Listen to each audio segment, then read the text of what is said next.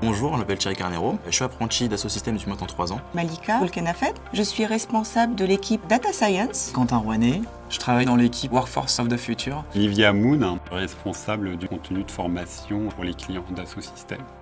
Le projet a démarré par une rencontre entre un industriel, une PME, des enseignants-chercheurs et d'Asso Systèmes. Cette PME avait une problématique, c'était intégrer de la robotique dans sa chaîne de production pour répondre à un plus grand nombre de clients potentiels. Ils se sont tournés vers l'Université de Lorraine. L'université s'est tournée vers Dassault Systèmes pour essayer de trouver une solution technique. Et le choix s'est porté sur de la robotique collaborative. Donc aider un opérateur humain à travailler avec un robot pour répondre à une plus grande cadence de production. Il s'agissait premièrement de construire un jumeau numérique de cet atelier, d'identifier au niveau de l'opérateur quelles étaient les tâches plus difficiles physiquement. Toutes ces tâches, on les affecte en robot collaboratif. Et dans une phase finale, d'intégrer en plus une dimension d'intelligence artificielle au niveau de la robotique pour optimiser encore plus le processus d'apprentissage d'un robot vis-à-vis d'un humain. Et de le transformer en expérience d'apprentissage immersive qui permettrait de former les ingénieurs du futur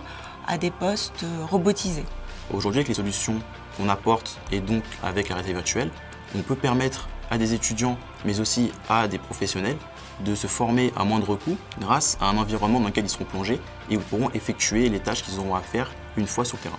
C'est assez unique où finalement on voit se rencontrer à la fois un besoin industriel sur des pratiques émergentes et en parallèle la formation de jeunes ingénieurs qui vont arriver sur le marché du travail sous peu. Les perspectives sont infinies. On peut se former dans tous les domaines, démultiplier ces expériences d'apprentissage et former les étudiants n'importe où dans le monde. Le robot, en fait, il vient pas là pour remplacer l'humain, mais surtout pour l'assister. Ce qu'on a voulu démontrer aussi à travers ce projet, c'est que même si on parle de cobotique, d'intelligence artificielle, finalement l'humain reste au cœur de l'usine.